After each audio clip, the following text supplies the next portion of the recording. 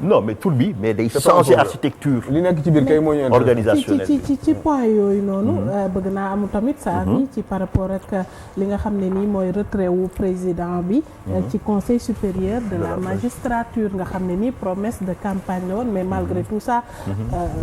le président semble hésiter par rapport à ça. non ci loolu noonu. waaw le président n'a pas hésité kooku laaj bu am solo la parce que man ci assises yi. man ci li ma gëmoon man mooy position initiale bi nga xam ne moom laa partagé avec les organisations de défense des droits de l'homme man lu ma gëm moom mooy président warta nekk biir conseil supérieur de la magistrature suma position la en tant qu'avocat en tant qu'universitaire militant des droits de l'homme par contre li ñu njëkk a bett ci jour ba ñuy def ci travaux yi moom mooy la plupart du temps ñun bu ñu waxee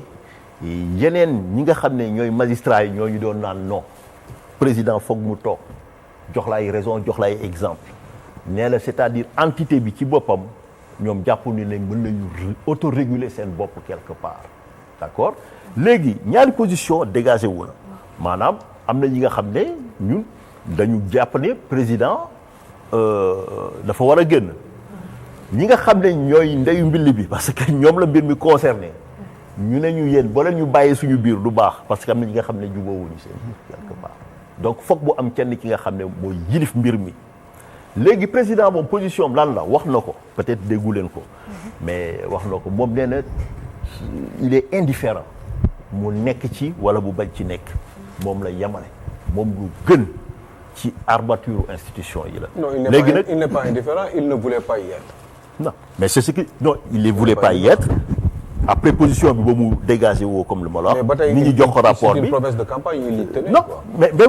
moom ci position boobu man ci position boobu laa taxaw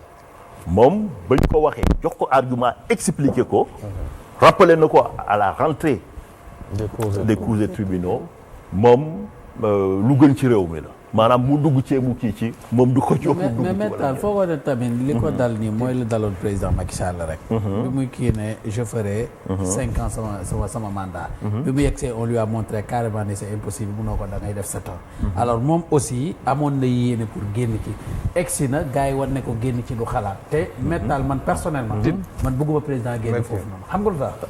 lu tax. mais dama la koy nangul. non personnellement. bëgguma président génn fa. non c'est-à-dire pour la wax ne wax na ko ba pare. mais xam nga nit di nga am benn mbëbët. mais boo gisee ne mbëbët bi baaxul ci da ngay wax ak nit ñi quoi les Sénégalais. sérieusement lii laa bëggoon mais lii su ma ko defee baaxul lii nit ñi xam ne yow bëggoon ko mais defee ko mais dama ne la. génn fa erreur la. lu tax nga wax xam nga lu tax muy erreur. gis nga ñooñu ne fa. dañoo am doole boo leen bàyyee pouvoir boobu noonu. président mun na tënku benn jour. te président waru jiite réew mi di xalaat ne moom benn jour mun na tënku. waaw loolu aussi am na ñu ko c'est le président de la République nga ne ko génnal conseil supérieur de la magistrature. mais saa yi mag yow bokk position ñoo bokk war fa génn. c'est-à-dire c'est ça. loolu surtout que ils sont pas. Aliou lu mu ci xalaat moom.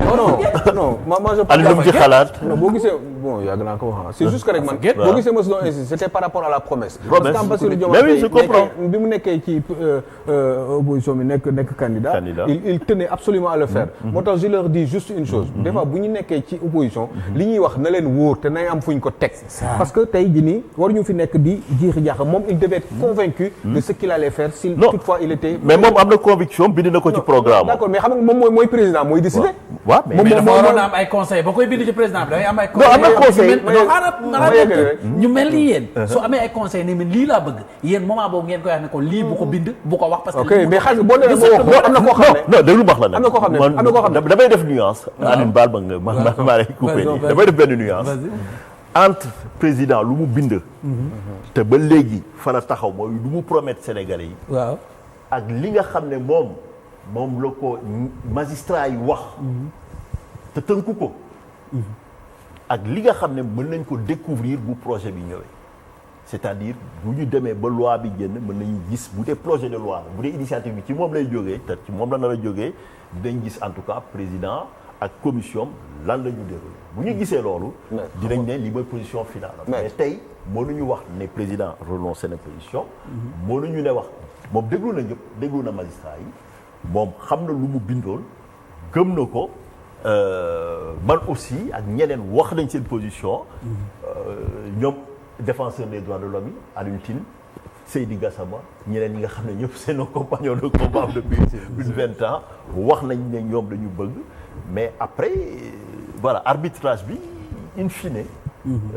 xam nga bu dee yëfu loi moom comme lu ma la wax du président mooy yor dernier mot c'est l'Assemblée nationale qui aura le dernier. Oui, une Assemblée nationale qui lui est favorable. ci yoon donc forcément ci yoon dañu war a topp lu mu teg ci yoon. moi je pense que ni il va y renoncer. li tax ma xalaat ni il va y renoncer. mooy quand il le disait. D'abord je n'étais pas d'accord avec lui. mais j'étais persuadé que ni. li muy wax ni amaana sax. mais ñemewu ma ko wax trop pour man gëmu ko woon parce que xam na ne loolu baaxul ndax expérience àdduna bi am na yaa ngi xaw ma ndax yaa ngi fàttaliku Italie il y a 20 ans. bu ñuy gëmu ne xamoon na ne baaxul de. bu ñuy non pour man dañuy kii rek dañuy jéem a. pourtant mënoon na foog ne lu baax la mënoon na ko bañ a xam. non man pour man war na ko xam parce que niveau bi mu toll. war na ko ak ñi ko wër. man pour man warul ñemee wax boobu te waxtaanu seeg ak ay nitam avant muy wax loolu. parce que lu doy xam nga tax. dama bëggoon yegg 30 secondes rek juste après j'étais juste un petit comment mais parce que man de toute façon man position bi tey laa nekk te yàgg naa ko wax parce que man pour man il nous faut éviter ce qu'on appelle jàpp ni président maanaam bu ñëwee ci foofu daf leen di fekk si mais il faut ñu fekk si parce que xam nga lu tax parce que quand même juge yi mënuñu leen bàyyi ñuy def lu leen neex les juges ne sont pas kenn falu leen président dañ ko fal pour mu téye destin réew mi moo am légitimité bi donc moom et puis ba pare il a benn rôle boo xam ne un rôle d'arbitre boo xam ne dafa nekk c'est le garant de c'est un régulateur ba pare mooy garantir la bonne marche de nos institutions donc lu toll ni conseil supérieur de la magistrature président bi même bu fekkee ni sax c'est à titre symbolique mu nekk fa wala muy pour des mesures ou par des mesures de veille mu nekk foofu di xool gars yi li ñuy liggéey et que mu am une sorte de veto boo xam ne daf koy am droit de veto boo xam ne da koy am bés bu caaf xamee parce que problème mun na am entre ñoom surtout que ni rappeler que ni les juges kenn falu leen te ñoom président moo leen nommé ñoom ils sont là que pour dire le droit point barre amuñu leneen lu ñuy def ñoom nekk ñu pour ne leen mbir bi nii lañ ko tegee lii ngeen def bu dara xewee lii ak lii la point barre amul leen luy seen liggéey waxuñu leen ñu dem à droite waxuñu leen à gauche sauf dans des situations jurisprudentielles wala yu demee noonu ñu jéem a réfléchir parce qu'il y a un problème wala loo xam ne kenn sóoraale ko woon mu bett leen ak yooyu ñu réfléchir ci mais normalement dañ leen wax ñu dire le droit rek point barre donc ñooñu kenn du leen bàyyi ñuy jiite loolu wóorul sax pour le renforcement d'une démocratie donc je crois que ni bi mu koy wax bon parce que xamul tax ma ci insisté parce que moment bi ma doon wax ne d'accord uma ci ñu bari il disait beaucoup de choses ci man parce que je disais que c'était de la démagogie que c'était pas une bonne idée et que forcément moom ci boppam li muy wax ni sax gëmu ko bon maintenant les gens n'avaient pas compris pourquoi je le disais boo waxee ne président gëmu ko parce que jàpp naa ni programme président yebewul non wala day wax non des fois ñu wax ay wax di bind programme bi nga xam ne gëmul mais des fois ñu wax foofu yëpp parce que ñun ñi dugg mais il a qu'à venir argumenter alors ne ñun bu fekkee même bu dee changer avis sax mu ñëw mu argumenter mu ne ñu mbir mi comme ni nga ko waxee kilifa lu wàcc ci yenn débat yi non rek déglu la non du ci yenn débat yi de il s'agit du conseil supérieur de la déglu na la c'est-à-dire position société civile ñee ñoo ne ñoom bëgguñ mu jóge moom laa la président ba léegi fu mu nekkoon non mais loolu président daf leen déglu moom rôle am la tey rôle lu président comme ni nga ko waxee ndey gi seex day tëddee njaxanaay déglu na magistrat yi lu ñu wax mais magistrat yi bokkuñu loolu de magistrat yi bokkuñu loolu de non man ci salle bi laa nekkoon non magistrat yi yëpp waxuñu loolu magistrat yi yëpp nekkuñu fi ñu participer ci foofu ci nekk tey dañu wax seen non mais am na magistrat yoo xam ne xalaat nañ ni président bi mun na toog am na ñoo xam ne ils pensent le contraire mais même gis nga sax seen kii bi seen association des magistrats bi UMS voilà donc position bu ñu relais quelque part donc tey comme lu ma la wax c'est-à-dire question yu mel nii mu ngi mel ni loi d'amnistie bi en fait ce sont des questions de société ku ci nekk ci ñun war nga am position ñu nangul la ko déglu la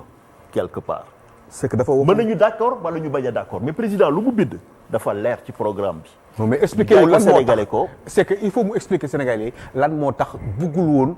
te mus koo bëgg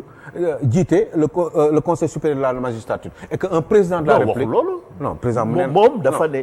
déglu ñaari non dafa ne il mu ne leen moom du forcer dara génn wala je parle de la campagne électorale je parle des promesses bi muy promettre campagne moom il faut mu expliquer ñu lan moo taxoon mu wax loolu et que au jour d'aujourd'hui non c'est parce que moom il l'a dit parce que dafa jàppoon ne président yi dañuy boo lire def programme leen bu neex ici maanaam pour instrumentalisation de la président bi bañ a justice am benn pouvoir di leen defloo di leen dindiloo moo taxoon moom mu préféré sax génn ci c'était ça. non mais avant muy préféré génn ci. il faut mu xam aussi lan moo tax ñu ne un président de la République moom mooy jiite le conseil supérieur. il faut mu dem ca gannaaw d'abord xam lan moo taxoon mbir mi nekk. te loolu moo fi nekk ba tey parce que la preuve. magistrat yi wax nañ ko ko. non c'est-à-dire il faut que ñu féewale ñaari c'est-à-dire pratique bu fi amoon man loolu moom laa observé gis implication yi mu gëm ni man tey comme nu ko benn juriste bu mag Eisenhower doon waxee